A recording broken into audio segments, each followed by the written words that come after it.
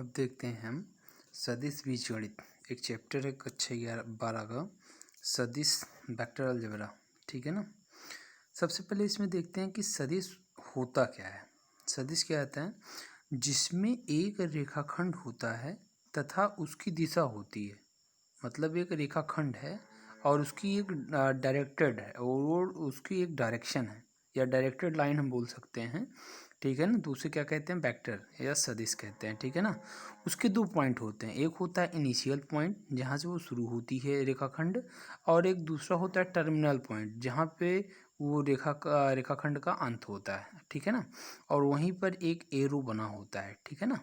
तो ये आपका क्या होता है? सदिश। ठीक है।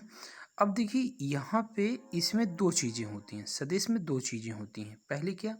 पहली तो उसका परिमाण होना चाहिए। ठीक है ना। और दूसरी चीज़ उसकी दिशा होनी चाहिए। तो परिमाण क्या होता है? वो जो रेखाखंड है उसका इनिशियल पॉइंट और टर्मिनल पॉइंट की ये जो लाइन होती है ये जितनी लंबी होती है, वो जैसे यहाँ पे मान लीजिए कि इसकी लंबाई 4 सेंटीमीटर है, तो इसका जो परिमाण हो जाएगा वो 4 सेंटीमीटर हो जाएगा। ठीक है ना। और यहाँ पे ये आपका एरो शो क्या करता है? दिशा। ठीक है ना। तो यहाँ पे देखिए परिमाण भी हो गया और ये दिशा भी हो गई, इस वजह से ये क्या हो गया? सदिश। ठीक है ना।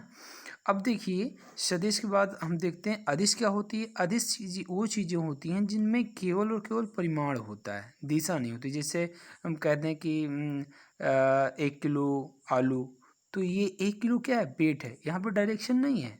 ठीक है ना। वो आपका अदिश होता है। अब देखते हैं सदिशों के प्रकार। ये सदिश के प्रकार क्या होते हैं? पहला होता है शून्य सदिश। शून्य सदिश क्या होता है? शून्य सदिश वह सदिश जिसका मापांक शून्य हो। मापांक का शून्य होने का मतलब क्या है कि यहाँ पे ये जो लाइन थी, इस लाइन में ये जो परिमाण था परिमाण ही ना हो। ठीक है ना। परिमाण क्या होना चाहिए? शून्य होना चाहिए। तो हम क्या कह सकते हैं कि वह जो सदिश है वो क्या है? वो शून्य सदिश है। ठीक है ना। मतलब mod of vector A is equal to 0। ठीक है ना। मतलब इसका जो परिमाण, मॉड का मतलब होता है उस वेक्टर का परिमाण निकालना। मतलब यही जो ये परिमाण है, यहाँ पे ये देखिए जो अवलंब है, जो ये रेखाखंड की माप है, वही वही उसका क्या होता है? परिमाण होता है। ठीक है ना। वो अगर शून्य है तो वह शून्य सदिश होता है। ठीक है ना। इसकी दिशा परिभाषित नहीं होती, इसकी दिशा ही हम नहीं बता सकते। क्यों? क्योंकि ये एक बिंदु के आकार का होगा। अब यहाँ पे ये भी दिशा, ये कि कुछ कोई भी दिशा हो सकती है, इस वजह से हम ये कह सकते हैं इसकी कोई भी दिशा परिभाषित ही नहीं है। ठीक है ना। अब देखिए दो सदिशों का गुणा यदि शून्य होता है तो वह शून्य नहीं, शून्य वेक्टर कहलाता है या शून्य सदिश कहलाता है। देखिए कैसे? जैसे मान लीजिए वेक्टर ए का क्रॉस प्रोडक्ट, मतलब हम क्या कर रहे हैं? क्या कहते हैं? वेक्टर वेक्टर मल्टीप्लिकेशन कर रहे हैं। ठीक है ना। सदिश गुणन जिसे बोलते हैं। अगर दो वेक्टरों का जब सदिश गुणन का मतलब क्या होता है कि दो वेक्टरों के बीच में क्रॉस का चिन्ह ऐसे लगा हो, तो इसे बोलते हैं सदिश गुणन। तो इसका जो भी आंसर आएगा वो हमेशा एक वेक्टर में ही होगा। जैसे मैट्रिक्स में पढ़ते थे, तो मैट्रिक्स जब हम सॉल्व करते थे जो आंसर आता था वो केवल एक आंसर एग्जैक्ट नहीं आता था, वो पूरी एक मैट्रिक्स बन के आंसर आता था। वैसे यहाँ पे भी क्या है कि ये जो वेक्टर है, वेक्टर का जब हम निकालते हैं सदिश गुणन तो वो हमेशा एक वेक्टर ही आता है। ठीक है ना। अच्छा देखिए जैसे यहाँ पे एक वेक्टर और ये ए वेक्टर और सी वेक्टर, इन दोनों का हमने क्या किया? क्या कहते हैं? सदिश गुणन किया तो 0 आया। और ये 0 आता कब है? जब देखिए वेक्टर ए और वेक्टर सी समांतर हों, मतलब ये वेक्टर और एक दूसरा वेक्टर ऐसे हो, अगर ये दोनों समांतर हैं तो ही 0 आता है। क्यों? क्योंकि इन दोनों वेक्टरों के बीच कोई एंगल बनता ही नहीं है। अगर इन दोनों के बीच का एंगल शून्य है तो हम जानते हैं ए क्रॉस सी, मतलब वेक्टर ए का हम जब सदिश गुणन सी से करते हैं तो क्या होता है इसका फार्मूला?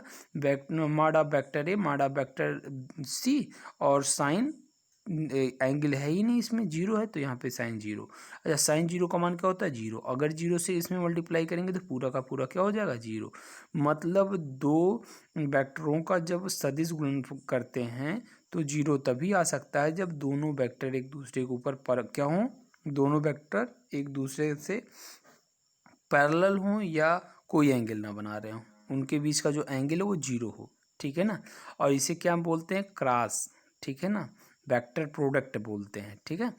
और यदि vector A dot vector C मतलब स्केलर प्रोडक्ट है, ये आपका क्या था, वेक्टर प्रोडक्ट था, ये आपका स्केलर प्रोडक्ट है, ठीक है ना। तो स्केलर प्रोडक्ट का कभी भी जो आंसर आता है वो केवल एक एग्जैक्ट वैल्यू आती है, 0 1 2 5 कुछ भी, वो वेक्टर में कभी नहीं आता, उसके ऊपर हम ये कभी नहीं लगा सकते जो एरो लगाते हैं, ठीक है ना।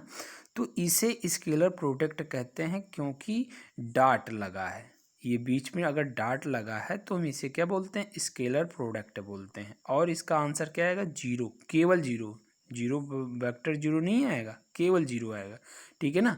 क्योंकि वेक्टर प्रोडक्ट का जो आंसर आता है वह वेक्टर में ही आता है, ठीक है ना। अब हम देखते हैं जो क्या कहते हैं शून्य सदिश है, इसका एक एग्जांपल।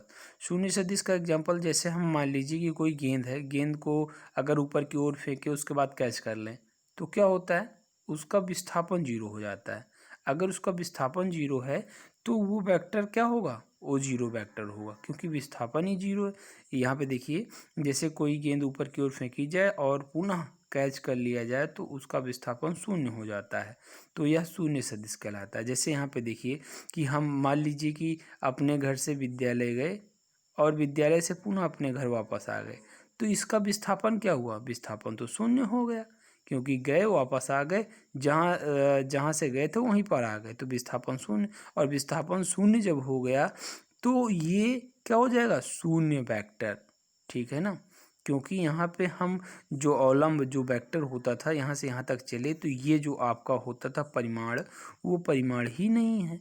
जब परिमाण ही नहीं है तो शून्य होगा परिमाण उसका, शून्य परिमाण मतलब शून्य सदिश हो जाएगा। और शून्य सदिश क्या होता है, शून्य सदिश हमेशा डिस्प्लेसमेंट 0 ही देता है, ठीक है ना। अगर डिस्प्लेसमेंट 0 है तो वो क्या हो जाएगा, आपका शून्य सदिश। अब देखते हैं एकांक सदिश क्या होता है। यदि किसी सदिश का मापांक 1 हो, ठीक है ना, अगर कोई सदिश मान लो कि सदिश ए दिया गया है और इसका हम अगर मापांक निकालें और वो क्या आ जाए, 1 आ जाए, तो वो क्या कहलाता है, वो कहलाता है एकांक सदिश। तो वह क्या कहलाता है, एकांक सदिश। इसलिए mod of vector A is equal to 1। लेकिन इसे हम एक कैप से प्रदर्शित करते हैं।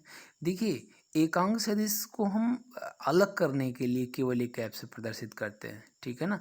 लेकिन बोलते इसको एकांक सदिश हैं। जब सदिश बोलते हैं तो इसके ऊपर एरो का चिन्ह लगना चाहिए, ठीक है ना। और लेकिन इसे हम ए कैप से प्रदर्शित करते हैं। और ए कैप का फार्मूला क्या होता है, A cap is equal to vector A dividing by mod of vector A. एकांक सदिश, किसी भी वेक्टर का एकांक सदिश निकालना हो तो हम क्या करते हैं, उस वेक्टर को लिखते हैं, उसके बाद उसके मापांक से उसको हम भाग कर देते हैं। अब देखिए यहाँ पे जैसे हम भाग करेंगे, जैसे यहाँ पे ये देखिए, यहाँ पे ये एक वेक्टर था। अब इसका हमको क्या यूनिट वेक्टर निकालना हो तो हम क्या करेंगे, पहले वो वेक्टर लिखेंगे, लिख लिया। अब इसका मापांक हम कैसे निकालते हैं, अंडर रूट के अंदर जो आई था, आई के जो मल्टीपल में लिखा होता है उसका स्क्वायर, जे के मल्टीपल में जो लिखा होता है उसका स्क्वायर, के मल्टीपल में जो लिखा होता है उसका स्क्वायर करते हैं, ठीक है ना। और ये जो भी आता है वहाँ पे हम लिख लेते हैं। तो ये आपका क्या हो गया, ये आपका इस वेक्टर का, वेक्टर ए का एकांक सदिश हो गया। मतलब क्या है कि इसका जो भी मान आएगा उसका परिमाण, ये भी एक वेक्टर ही है लेकिन इसका परिमाण क्या आएगा, 1। कभी भी हम इसका परिमाण निकालेंगे तो हमेशा 1 ही आएगा, ठीक है ना। अब देखते हैं यहाँ पे कि अगर हम इस मॉड ए, वेक्टर ए को उधर ट्रांसफ़र कर दें तो क्या आएगा, A cap mod of vector A is equal to A vector. ये तो ए वेक्टर है। अच्छा, ए वेक्टर क्या बता रहा है, यहाँ पे देखिए मॉड ऑफ वेक्टर ए का मतलब क्या है कि ये जो वेक्टर ए था, मान लीजिए कि ये आपका वेक्टर ए है, ये क्या है, वेक्टर ए है। तो मॉड ऑफ वेक्टर ए ये बताता है कि यहाँ से लेकर यहाँ तक का जो परिमाण है वो क्या है, यहाँ से लेकर यहाँ तक का परिमाण ये मॉड ऑफ वेक्टर ए बताता है, ठीक है ना। और ये ए कैप क्या बताता है, इस वेक्टर की दिशा, मतलब ये जो वेक्टर ए था इसकी दिशा, डायरेक्शन, इधर इधर ऊपर नीचे कहाँ है वो इसकी दिशा बताता है। तो वेक्टर ए की दिशा को बताता है कौन, ए कैप, ठीक है ना। मॉड ऑफ वेक्टर ए क्या बताता है, उस वेक्टर का मापांक क्या है, ठीक है ना। किसी भी वेक्टर को यूनिट वेक्टर बनाने के लिए उसी वेक्टर में उसी वेक्टर के मापांक से भाग कर दें तो वह यूनिट वेक्टर बन जाता है, जैसा कि भी हमने देखा, ठीक है ना। अब ये देखिए कि ये वेक्टर ए की दिशा में एक यूनिट वेक्टर है, वेक्टर ए। अगर ये वेक्टर है और हमसे पूछ लिया गया कि इस वेक्टर का इसी वेक्टर की दिशा में यूनिट वेक्टर बताइए, तो हम क्या करेंगे, तो यही काम वेक्टर ए हम लिखेंगे और उसके बाद उसी के मापांक को हम भाग कर देंगे तो वो यूनिट वेक्टर बन जाता है, ठीक है ना। यदि ओ ये कहता है कि ए वेक्टर ए की दिशा में 5 मापांक का सदिश ज्ञात कीजिए, मतलब ये जो भी वेक्टर है इसकी दिशा में 5 मापांक वाला, मतलब उसका मापांक 5 हो। जैसे यहाँ पे देखिए कि ये आपका एक्स वाई जेड प्लेन है, ये एक्स है, ये आपका वाई है, ये आपका जेड है। अब यहाँ पे देखिए इसको हम आई से रिप्रेजेंट करते हैं, इसको हम जेड से रिप्रेजेंट करते हैं, इसको हम के से रिप्रेजेंट करते हैं। अच्छा, आई जे के से रिप्रेजेंट नहीं करते, हम इसको बताते हैं कि यहाँ से इकाई दूरी पर ये जो वेक्टर है वो क्या है, आई कैप, मतलब यूनिट वेक्टर है इकाई दूरी पर। वैसे यहाँ पे इकाई दूरी पर, इकाई का मतलब केवल एक, ठीक है ना। एक ये क्या है, जे कैप है, ठीक है ना। ये डायरेक्शन बता रहा है। ये जैसे हमने लिख दिया आई कैप, तो यक्स की दिशा में आई कैप लिखने का मतलब ही है यही। अगर हमने आई कैप लिख दिया तो मतलब ये हो गया कि ये यक्स की दिशा में जा रहा है, ये जो भी वेक्टर होगा वो यक्स एक्सिस के डायरेक्शन में जा रहा है। अगर मैंने लिख दिया कि 5 आई कैप, तो इसका मतलब ये हुआ कि एक्स एक्सिस की डायरेक्शन में 5 इकाई की दूरी कोई वेक्टर चला हुआ है, ठीक है ना। अगर यहीं पर हम क्या कहते हैं, जे लिख देते हैं 5 जे कैप, तो मतलब वाई एक्सिस पे 5 इकाई की दूरी वो चला है वेक्टर, ठीक है ना। तो ये क्या हो जाएगा, अब यहाँ पे देखिए हमने यूनिट वेक्टर निकाल लिया। अब 5 इकाई का वो कह रहा था, तो हमने ये यूनिट वेक्टर निकाल लिया। उसके बाद हमने क्या किया, इसी यूनिट वेक्टर में 5 से गुणा कर दिया। अगर हम 5 से गुणा कर देंगे तो ये जो वेक्टर ए था हमारा, इस वेक्टर का 5 मापांक का सदिश निकल आएगा उसी वेक्टर की दिशा में, ठीक है। अब हम देखते हैं कि स्थित सदिश क्या होता है, पोजीशन वेक्टर क्या होता है। जैसे हम जानते थे कि ओ पी एक्स आई प्लस वाई जे। देखिए मान लीजिए कि कोई जैसे हम पहले पढ़ते थे 10-11 में कि एक्स वाई प्लेन होता था, ठीक है ना। एक्स वाई प्लेन में कोई पॉइंट, अगर कोई निर्देशांक मान लीजिए ये है, तो यहाँ पे 2,3 या कुछ भी लिखा होता था, तो इसकी पोजीशन को हम बताने के लिए कैसे करते थे कि यहाँ ऑरिजिन से मान लीजिए 2 और 3 लिखा है, तो ऑरिजिन से हम 2 इकाई की दूरी चलते थे, ठीक है ना। फिर वाई एक्सिस के अकॉर्डिंग वही पॉइंट थे, उसी पॉइंट से ऊपर की ओर, मतलब ऊपर की ओर हम जाते थे, कैसे, ऐसे। और ये जो रेखा हम खींचते थे ये वाई एक्सिस के पैरेलल ही होती थी। तब हम ये कहते थे कि ये आपका ये 2 और ये 3 है, मतलब ऑरिजिन से जब एक्स एक्सिस की 2 इकाई की दूरी पर चले तो ये आपका यहाँ पे 2 आया। अब इसी बिंदु से y एक्सिस के पैरेलल हम जब ऊपर 3 इकाई की दूरी पर चलते हैं तो ये आपका 3 होता है, और जहाँ पे जाके 3 इकाई की दूरी खत्म होती है वो जो पॉइंट होता है वो क्या होता है, 2,3 होता है। इसी पर अगर इस स्थिति, ये जो पॉइंट हुआ, इस पॉइंट की स्थिति को बताने के लिए हम क्या करते थे कि ऑरिजिन से इसकी डिस्टेंस बता देते थे, ठीक है ना। ऑरिजिन से इसकी डिस्टेंस, अगर हम ऑरिजिन से इसकी डिस्टेंस बता दें तो इस बिंदु का ये क्या होता है, पोजीशन, ठीक है ना। ऑरिजिन से अगर इस बिंदु की दूरी हम बता दें तो हम ये बता सकते हैं कि इस जो निर्देशांक है इसकी पोजीशन क्या है, ठीक है ना। अब पोजीशन वेक्टर क्या होता है, पोजीशन वेक्टर देखिए, मान लीजिए हमको यहाँ से एक्स एक्सिस पर ऑरिजिन से एक्स दूरी पर, स्मॉल एक्स दूरी पर हम चले, और इसके बाद just a perpendicular x axis के परपेंडिकुलर लेकिन वाई एक्सिस के पैरेलल अगर हम वाई दूरी चले तो ये निर्देशांक क्या आएगा, एक्स वाई आएगा, ठीक है ना, एक्स कामा वाई। अच्छा, यहाँ से हम ऑरिजिन से इसको मिला दिए और फिर क्या किए कि इसको हम इकाई से, मतलब ये एक्स एक्सिस के डायरेक्शन में चले हैं कितना, एक्स दूरी, ठीक है ना। अगर इसका हम एकांक दूरी निकाल लें, एकांक दूरी, ये एकांक मतलब यक्स यहाँ पे 5 भी हो सकता है, यक्स का मतलब कुछ भी हो सकता था। मान लीजिए 5, यहाँ से 5 इकाई की दूरी पर चले और यहाँ से भी ये 5 इकाई की दूरी पर चले, तो ये क्या हो जाता, 5,5 हो जाता। ठीक है ना। अब इसी को हम 5 बराबर भागों में बांट लें, 1 2 3 और ये 4, ये वाला 5, मतलब यहाँ अब 5 भाग हो गए। यहाँ से लेकर यहाँ तक ये जो दूरी है इसको हम एक्स एक्सिस के अकॉर्डिंग है, एक्स एक्सिस पे है, तो इसको हम क्या बोलते हैं, आई कैप। ठीक है ना। क्यों आई कैप, क्योंकि एक्स एक्सिस पे ये आई कैप डायरेक्शन बताता है। ठीक है ना। एकांक सदिश जो होता है वो डायरेक्शन को बताता है। आई हम लगा दिए तो मतलब एक्स एक्सिस की दूरी चल रहा है, वो एक्स एक्सिस पे चल रहा है। ठीक है ना।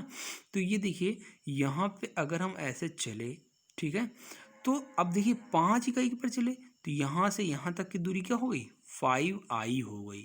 ठीक है ना। यहाँ से लेकर यहाँ तक जो चले 5 इकाई की दूरी, ये 5i हो गई। अब देखिए ऊपर की ओर कितना चले, हम 5 ऊपर की भी ओर चले, लेकिन ऊपर की ओर यहाँ पे ये जे था, क्या था, जे।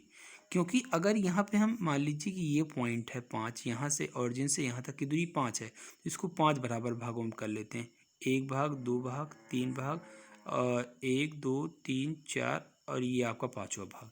तो यहाँ से लेकर यहाँ तक जो 1 भाग है ये क्या है, इकाई, एक इकाई दूरी है। ठीक है ना। और इस इकाई दूरी को हम किससे रिप्रेजेंट करते हैं, जे से रिप्रेजेंट करते हैं। ठीक है ना। अब इस इकाई की दूरी को जे से रिप्रेजेंट करते हैं तो यहाँ से यहाँ तक की दूरी क्या हो गई, 5j, क्या हो गई, 5j कैप। ठीक है ना। तो मतलब ये यहाँ से यहाँ तक की दूरी क्या हो गई, 5j कैप। ठीक है ना। अब मान लीजिए कि इसकी ये यहाँ से यहाँ तक, यहाँ से यहाँ तक, तो हम यहाँ पे पहुँचे। अच्छा, इस बिंदु की पोजीशन को बताने के लिए हम क्या करते हैं, ऑरिजिन से यहाँ पे एक लाइन खींच देते हैं। तो इसकी पोजीशन वेक्टर, अगर ये एक्स एक्सिस पे 5 इकाई और वाई एक्सिस पे 5 इकाई चला है तो इसकी पोजीशन क्या हो जाएगी, पोजीशन वेक्टर। तो पोजीशन अब वेक्टर लग गया तो आई जे आ गया तो मतलब वेक्टर हो गया। ठीक है ना। क्योंकि डायरेक्शन बता दिए हम ना, तो मतलब ये क्या हो गया, 5i हो जाएगा और ये आपका 5j हो जाएगा। और इन दोनों को अगर हम जोड़ दिए तो ये एक बन गया क्या, ये एक वेक्टर बन गया। और ये जो एक वेक्टर बना है इसे ही हम ऑरिजिन से जब मिलाते हैं तो ये आपका पोजीशन वेक्टर बन जाता है। ठीक है ना। अब देखिए इसका मापांक यहाँ से, अब देखिए ये तो हो गया, ये तो 5i + 5j, ये क्या हो गया, इस पॉइंट का पोजीशन वेक्टर। ठीक है ना। ऑरिजिन से मिला दिए तो इसका पोजीशन वेक्टर। लेकिन अगर हमको ये निकालना हो कि यहाँ से लेकर यहाँ तक की जो दूरी है वो क्या है, तो इसका मापांक निकालते हैं। मापांक कैसे निकालेंगे, OP मतलब ये O है, इसको P मान लिए तो OP का मापांक क्या हो जाएगा, √ यहाँ पे देखिए जैसे हम यहाँ पे बाई पाइथागोरस प्रमेय भी निकाल सकते हैं। पाइथागोरस प्रमेय से निकालते तो यहाँ पे देखिए आधार और लंब का स्क्वायर करके ऐड कर देते हैं √ के अंदर। ठीक है ना। तो ये आपका आ जाता। तो वैसे यहाँ पे भी करेंगे तो अगर इसका हम करेंगे तो कितना आएगा, यहाँ पे i का 5 था तो 5 का स्क्वायर, यहाँ पे ये 5 था तो ये भी 5 का स्क्वायर, 5 25, 25 + 25 मतलब √50। मतलब यहाँ से यहाँ तक का जो मापांक है, मापांक मतलब जो यहाँ पे परिमाण है, इस वेक्टर का जो परिमाण है वो क्या है, √50। ठीक है ना। इसी प्रकार हम 3D में भी कर सकते हैं। मान लीजिए कि कोई 3D में हमको पॉइंट दे दिया, कोई कोऑर्डिनेट दे दिया XYZ, तो उसको हम कैसे रिप्रेजेंट करेंगे।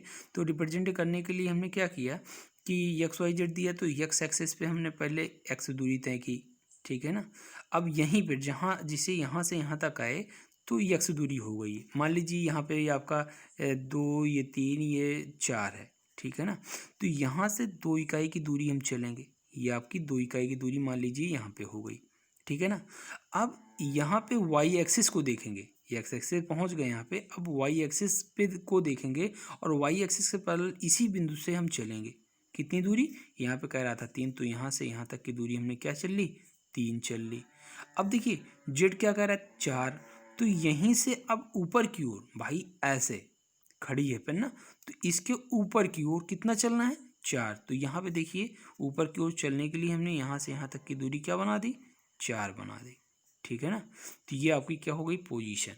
मतलब पहले एक्स पे जितना चले उसके बाद वहीं पर रुक के फिर वाई को देखते हैं तो वाई के अकॉर्डिंग चलते हैं, मतलब पैरेलल।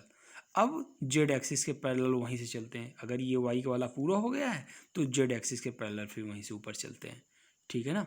अब देखिए यहाँ पे ये आपका आ गया, अब ये बिंदु आपका आ गया। अब देखिए हम इसको वेक्टर फॉर्म में लिखते हैं। अब यहाँ से यहाँ तक की दूरी हमें क्या थी, 2 थी, तो यहाँ पे 2i, ठीक है ना।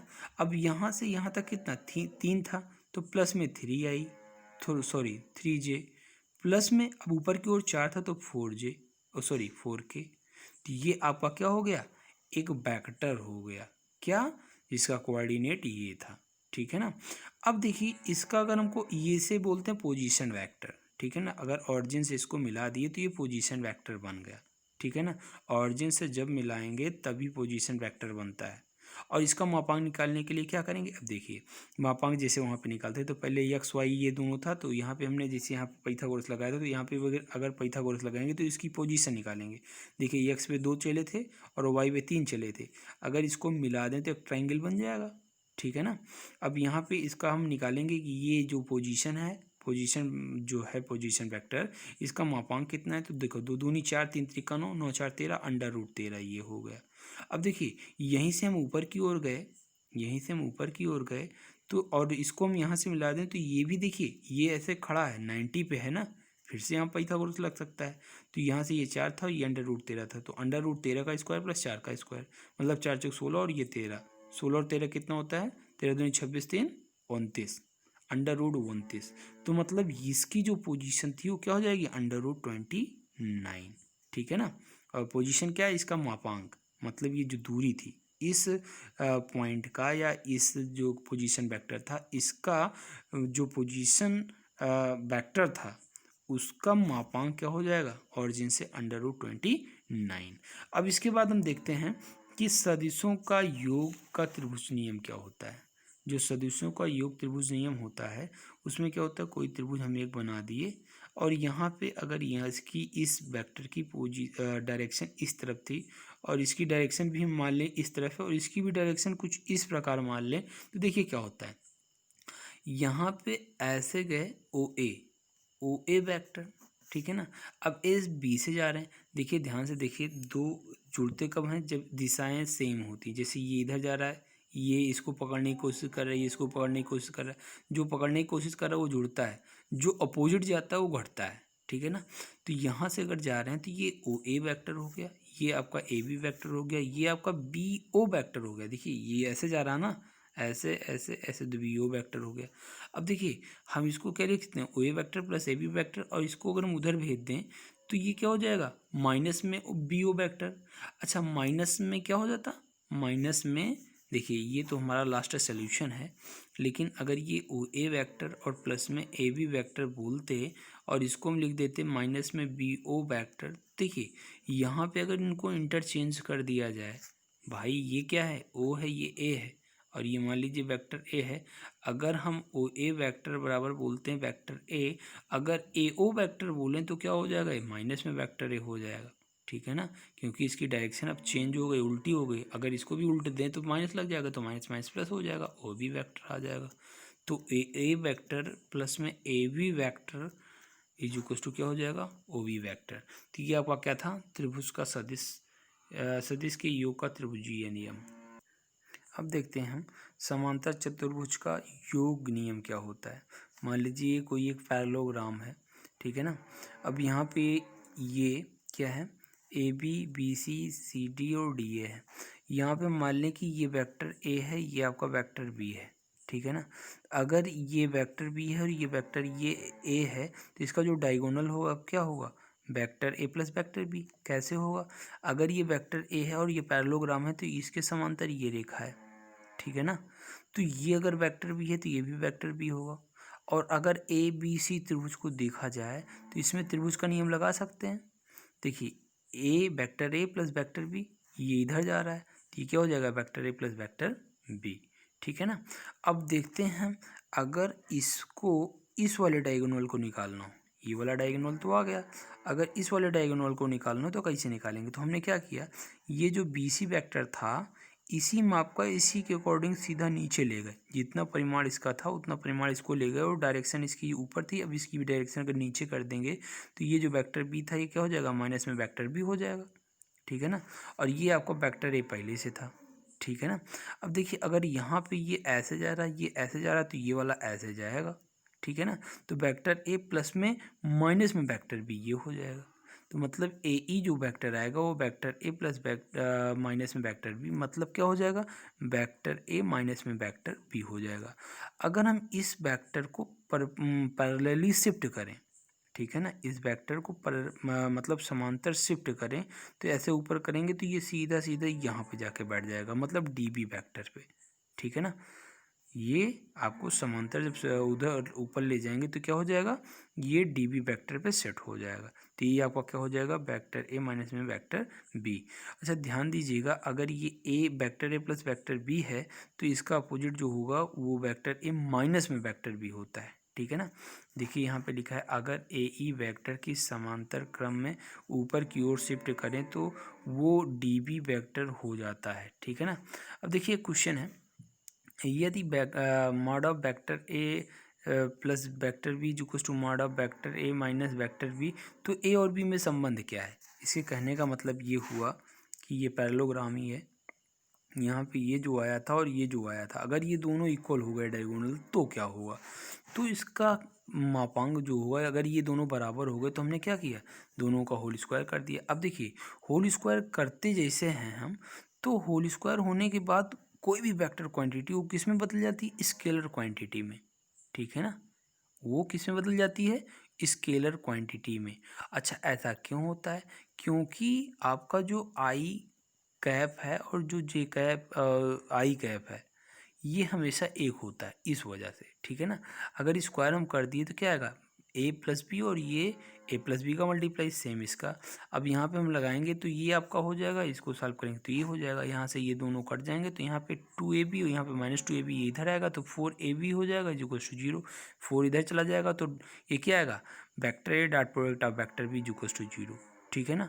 अच्छा vector A dot product of vector B जो कुछ 0 होने का मतलब ये है कि ए और बी दोनों लंब हैं। क्यों लंब है, क्योंकि vector A dot product of vector B क्या होता है, formula mod of vector A into mod of vector B, और ये क्या होता है कॉस थीटा।